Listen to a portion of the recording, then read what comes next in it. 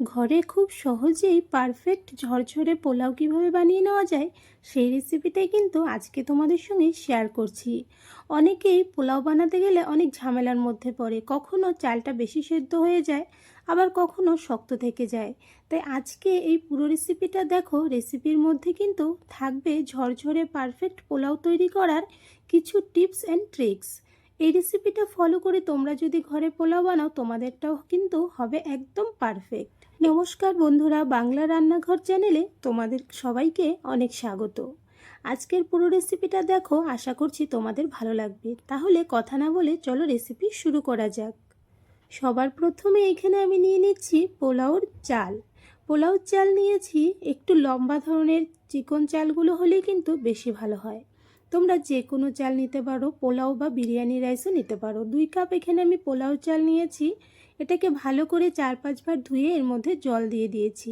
এবার 30 থেকে 35 মিনিট এটাকে এভাবে ভিজিয়ে রাখবো। আর এদিকে আজকে আমি বানাচ্ছি পনির পোলাও, তাই প্রথমে পনিরগুলোকে কেটে নিতে হবে। খুব সিম্পলভাবে কিন্তু পনির পোলাওটা বানাচ্ছি।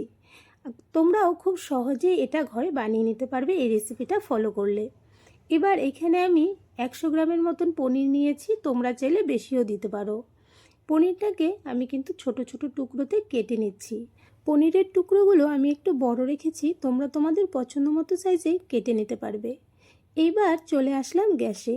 একটা কড়াই বসিয়ে ওর মধ্যে কিছুটা রিফাইন অয়েল দিয়েছি, তার সঙ্গে 1 চামচ ঘি অ্যাড করে দিয়েছি।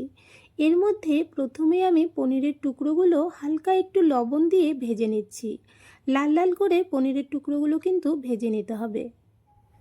পনিরগুলো এখানে দেখো আমার ভেজে নেওয়া হয়ে গেছে, দু সাইড থেকে বেশ সুন্দর কালার হয়ে গেছে। এবার তেল থেকে পনিরগুলো উঠিয়ে নিচ্ছি। এই তেলের মধ্যে এবার আমি কিছু ড্রাই ফ্রুটস, যেমন এখানে আমি কাজু এবং কিশমিশ দিয়েছি, তোমরা তোমাদের পছন্দ মতো যে কোনো ড্রাই ফ্রুটস অ্যাড করতে পারো। এগুলো কিন্তু একটু লাল লাল করে ভেজে নিলাম। আর এইগুলো ভাজার সময় আঁচটা কিন্তু মিডিয়াম টু লোতে রেখে ভেজে নিতে হবে। দেখো সব ভেজে নেওয়া হয়ে গেছে।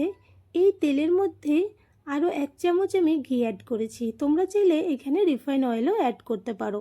তবে ঘি দিলে টেস্ট এবং ফ্লেভার দুটোই কিন্তু অনেক ভালো আসে। তার মধ্যে 2টো শুকনো লঙ্কা, একটা তেজপাতা ফোড়নে দিয়ে এর সঙ্গে গোটা গরম মশলা ফোড়নে দিয়েছি।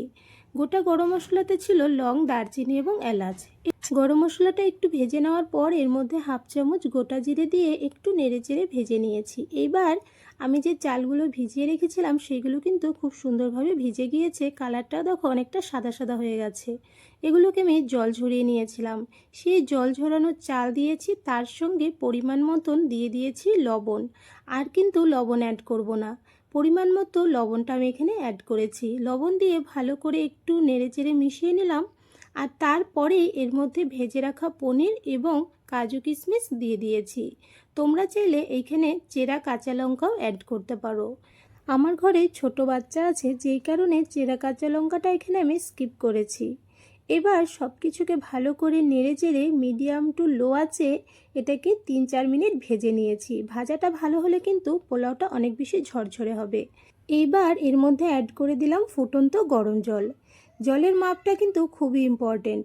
এখানে যতটা চাল নেবে তার ঠিক ডবল জল নিতে হবে। যেই কাপ বা বাটি মেপে চাল নেবে সেই কাপ বা বাটি মেপে এখানে জল গরম করে তারপর এর মধ্যে অ্যাড করতে হবে। জলটা দেওয়ার সঙ্গে সঙ্গে কিন্তু নেড়েচেড়ে ঢাকা দেওয়া যাবে না। আমি দেখো কিছুক্ষণ এটাকে ছেড়ে দিয়েছি একটু ফুটে ওঠার জন্য। যখন এরকম ফুটে উঠছে আবারও একটু নেড়েচেড়ে দেব। আর তারপর এর মধ্যে আমি ঢাকা দেব মিডিয়াম আঁচে 2 মিনিটের জন্য। চালটা দেখো বেশ সুন্দর কিন্তু ফুলে উঠেছে। এবার ভালো করে নেড়েচেড়ে নিলাম। এর মধ্যে মিডিয়াম আঁচে 2 মিনিট ঢাকা দিয়ে দিলাম। 2 মিনিট পর আমি ঢাকনাটা খুলে নিচ্ছি। এখনও কিন্তু পুরোপুরি হয়নি, তবে এই সময় একটু নেড়েচেড়ে দেব, এতে করে উপরের চাল নিচের দিকে এবং নিচেরটা উপরের দিকে আসবে। আর এইভাবে করে একটু নেড়ে দিলে কিন্তু সবগুলো চাল একই রকমভাবে সেদ্ধ হবে। আর যদি না নেড়ে দেওয়া যায় তাহলে উপরেরটা শক্ত থেকে যাবে আর নিচের দিকের চালগুলো সেদ্ধ হয়ে যাবে বেশি। তাই অবশ্যই একটু নেড়েচেড়ে লো আঁচে 3 থেকে 4 মিনিট আবারও ঢাকা দিয়ে রাখতে হবে। একদম লো আঁচে কিন্তু আমি ঢেকে রেখেছিলাম।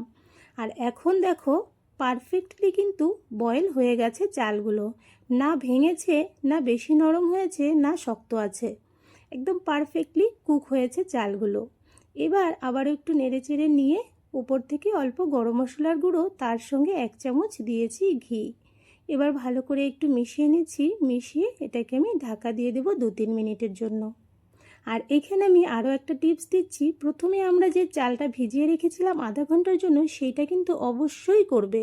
চাল যদি ভিজিয়ে না রাখা যায় তাহলে কিন্তু পোলাও কখনো পারফেক্ট হবে না।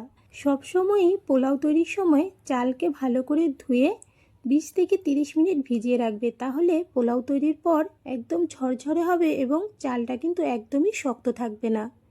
এদিকে দেখো পোলাও কিন্তু আমার একদম রেডি হয়ে গেছে। আমি 2 মিনিট ঢাকা দিয়ে রাখার পর এবার প্লেটে উঠিয়ে নিয়েছি। কতটা ঝরঝরে হয়েছে, পারফেক্ট হয়েছে দেখেই বুঝতে পারছো। এভাবে করে অবশ্যই বানিয়ে নিও, আশা করছি ভালো লাগবে। আর রেসিপি কেমন লাগলো কমেন্টসে জানিও, ভালো লাগলে লাইক করো। আর এই চ্যানেলে নতুন হয়ে থাকলে প্লিজ আমার চ্যানেলটাকে সাবস্ক্রাইব করে আমার পাশে থেকো। আর এইরকমই আরও একটা নতুন রেসিপি ভিডিও নিয়ে তোমাদের সঙ্গে আবারও দেখা হবে। আজকের জন্য বাই বাই।